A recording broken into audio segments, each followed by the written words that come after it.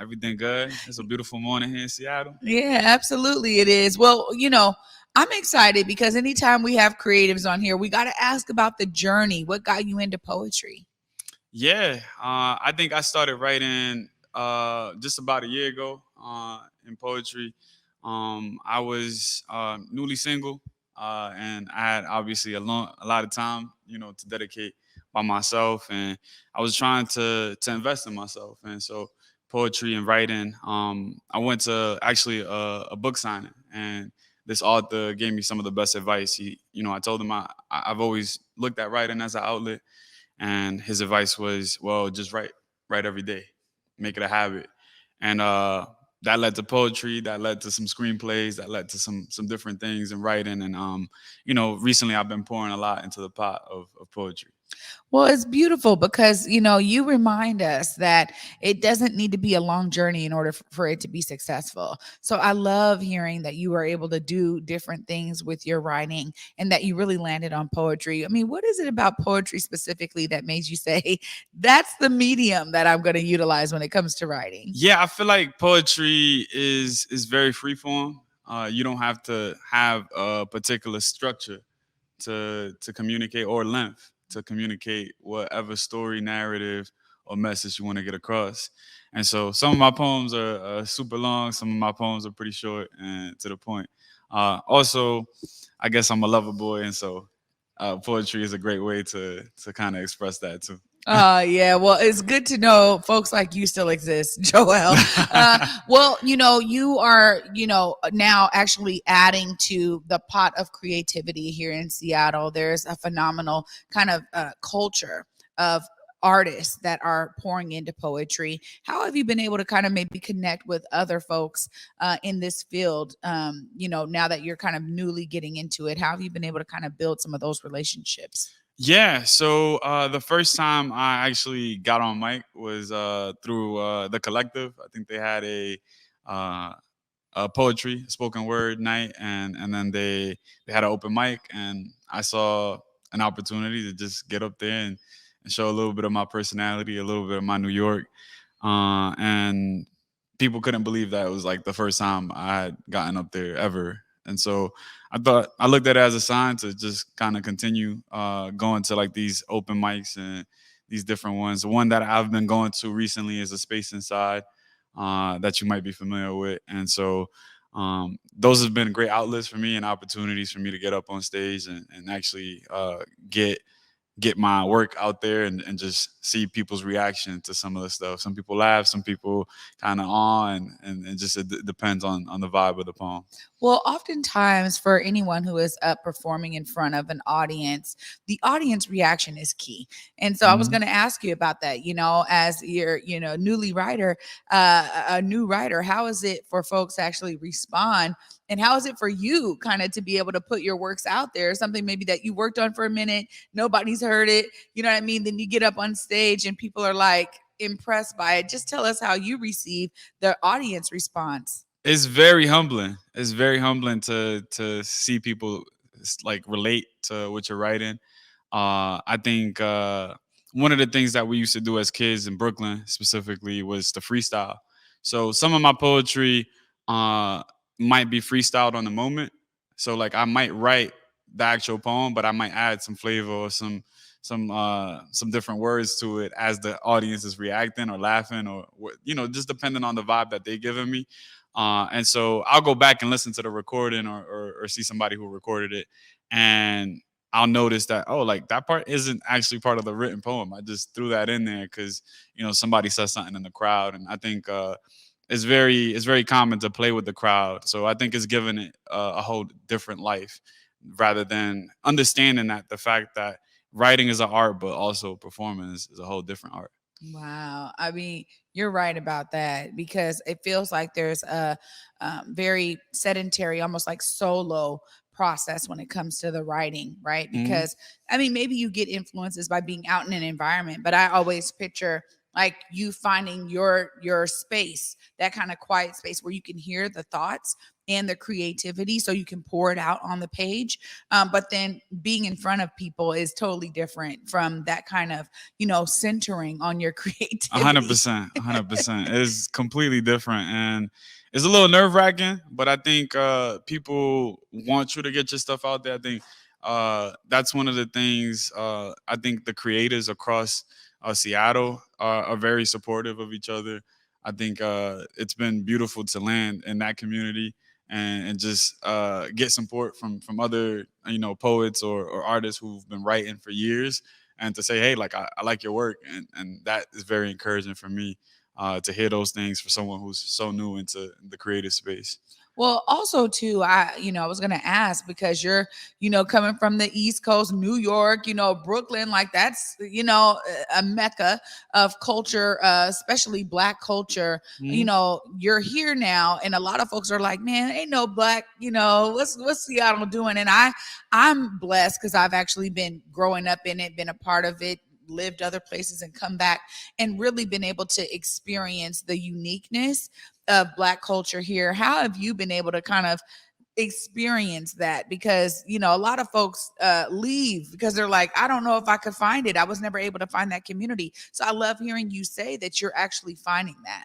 Yeah, I think my first year here was definitely a culture shock. I come from East New York, Brooklyn, which is predominantly Black and Hispanic, uh, Caribbean specifically, and so I think one of the biggest things that I miss here in Seattle is a Caribbean, like a affluent Caribbean community.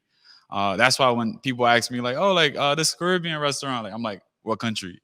I'm specific because like I'm Dominican, and so um, like that's one of the things I miss the most. The fact that like you know when you go down the block, you hear some reggae or you hear some reggaeton or you hear some bachata, salsa, etc. Those are one of the things I feel like is typically missing. But I think when you put yourself out there, there's definitely people who are also yearning and looking for that community and that culture. And if you're gonna be someplace, I think you best like pour into the cup of the community as well.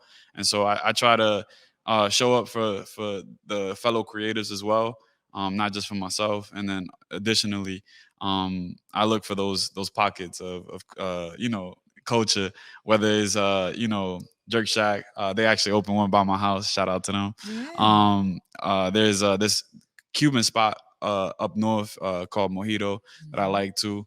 And so those have been kind of those places that kind of remind me of home, uh, as I've been very far from home. Yeah. Well, I love that you're finding your way and getting those anchors for you to be able to actually see and experience the brilliance of Seattle. One of the things that I think is important is events. And you're here to tell us about an upcoming event next month. I want to hear, how you've been able to experience events. We have this whole Summer of Soul series that goes on. And I love that they really coined it that this year because we had just been doing events, every year. And now we're seeing connection and more opportunities for Black vendors, for us to circulate our dollars within community, just these kinds of opportunities to support, artists like yourself, because we see people that come out and they just have their booths just to share what they do. And so I think that that's also another part of the layers that we experience when we talk about, providing that kind of cultural experience. Have you been able to attend some of these amazing events and maybe connect even more in that regard? Yeah, so the event that we're mentioning here is Poetry Love. I think it's slated for August 9th at 6 p.m. And the way that I came about it was uh, self love vigilante, as I like to call her. She saw me at the collective at the open mic, and I came up to her, and I think I came up to everyone who performed that night just to talk to them and let them know that I appreciate it, their art. She specifically was like, "Hey, like you're really good. I like what you do." And so we connected that night, and then she reached out to me about this opportunity, and like for me, I was just like, of course, like I'm humbled and honored for the opportunity, and I really want to show out because uh, I haven't necessarily been slated as one of like the artists for an event, and so I think this is my first opportunity to do that. Wow. So I'm really excited. In terms of like the other events across Seattle, I think the summer is just jam packed. Uh, Here in Seattle, there's an event every other day, or the weekends are super packed. Whether it's like a day party or a night event or um, a poetry slam, like an art gallery. Like there's things pretty much every other day. And so I think if you keep your eyes out on the ground and you follow all these different pages that promote Black culture, it's really easy for you to kind of, especially in the summer, find something to do. See, that's what I'm talking. Let's dispel these myths, Joel. Today, let's dispel the myths because I'm telling you, people are like, I just have had a hard time connecting or finding Black community. So I love. That's why I'm asking you that, Yeah. because I'm like, hey, for real, I want to know, like, what can we be doing better? How can we be more intentional to embrace folks like yourself who may find yourself here? You're still figuring out the culture piece, but so much of that means we need our stuff to be accessible to everyone. Mhm. And when I've talked to companies like Microsoft and other companies who have been like, man, we have a revolving door with Black staff No. because they're not finding that. They're wondering, where is the barbershop? Where is the salon? Where is the nail shop? Where do I get my food? Where do I get the groceries that I'm looking for, the seasonings I'm looking for? I'm Like still those looking for kind of things, plantains. right? Yeah, right? Like, so I mean, that's something that I think is so important, because in order for you to be anchored into a place, you do have to feel like they have what you need. They Mhm. have what you're accustomed to. And so I just thank you for sharing that, Yeah. because you're saying, look, I'm following the pages, I'm gonna find this stuff. So this event, Poetry Love, I gotta ask, how do you decide which one of your pieces to perform at whatever event? Like, how do you go through that process? Yeah, so that process is pretty on the fly sometimes. Uh, so at the current rate right now, I'm writing probably a couple poems a day, and so I still don't have the lineup set for that date. But I also have what I would like to call a board of directors who I kind of share my work with, and they give me feedback. Uh, Whether it's I record a video and kind of just recite the poem and send it out, and then they'll come back to me and say, hey, like I like this part, but this part could get cleaned up a little bit, etc. Or there's also just going out there to these open mics and seeing the reaction from even these smaller audiences, because in front of a bigger audience, I think you definitely want to show some of your proven work, but also I think throw some spice in there and add some new stuff that you've been working on. So I think it's relative. I spent some time probably picking out some of the poems that are my favorites that I would like to call classics already, and then from there maybe add some of the new stuff and just take a shot off the wall. Yo, well, people need to come out and experience your work and all these other amazing poets. What can folks expect when they come to Poetry Love?